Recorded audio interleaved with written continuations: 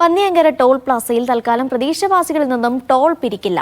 നാട്ടുകാരും രാഷ്ട്രീയ സംഘടനകളും പ്രതിഷേധവുമായി എത്തിയതോടെയാണ് ടോൾ കമ്പനി നടപടിയിൽ നിന്നും പിന്മാറിയത്. കൂടിയാലോചനകൾക്ക് ശേഷം വിഷയത്തിൽ അന്തിമ തീരുമാനം സ്വീകരിക്കുമെന്നും കമ്പനി അധികൃതർ അറിയിച്ചു. പന്നിയങ്കര ടോൾ പ്ലാസയ്ക്ക് ചുറ്റുമുള്ള 6 പഞ്ചായത്തിലുള്ളവരിൽ നിന്നും ബുധനാഴ്ച മുതൽ ടോൾ പിരിക്കുമെന്ന് കരാർ കമ്പനി അറിയിച്ചിരുന്നു. പിന്നാലെ ശക്തമായ പ്രതിഷേധമുയർന്നു. ഇന്ന് രാവിലെ CPM-ഉം കോൺഗ്രസും പ്രതിഷേധവുമായി ടോൾ പ്ലാസയ്ക്ക് സമീപമെത്തി. ടോളിലെ 2 ഗേറ്റുകൾ ഇവർ ഉപരോധിച്ചു.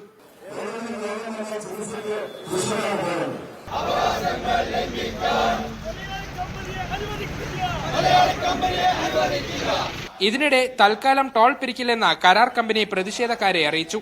എല്ലാവരുമായിട്ട് ചർച്ച ചെയ്തതിനു ശേഷമേ ഞങ്ങൾ ഇനി പിരിക്കാൻ തുടങ്ങൂ എന്ന ഉറപ്പാണ് നമുക്കിപ്പോൾ തന്നിട്ടുള്ളത്.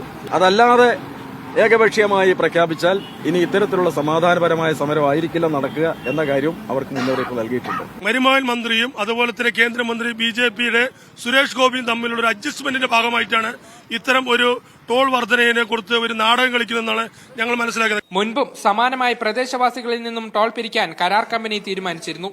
അന്ന് പ്രതിഷേധങ്ങളെ തുടർന്ന് തീരുമാനം പിൻവലിക്കുകയായിരുന്നു. വിഷയത്തിൽ ശാശ്വതമായ പരിഹാരം വേണമെന്നാണ് നാട്ടുകാരുടെ ആവശ്യം. ടോൾ ആരംഭിച്ച കാലം മുതൽ പാലക്കാട് ജില്ലയിലെ വടക്കഞ്ചേരി, കിഴക്കഞ്ചേരി, വണ്ടാഴി, കണ്ണമ്പ്ര, പുതുക്കോട്, തൃശൂർ ജില്ലയിലെ പാണഞ്ചേരി പഞ്ചായത്തുകളിലുള്ളവർക്കാണ് പന്നിയങ്കരയിലൂടെ സൗജന്യ യാത്ര അനുവദിച്ചിരുന്നത്. മീഡിയ 1 പാലക്കാട്.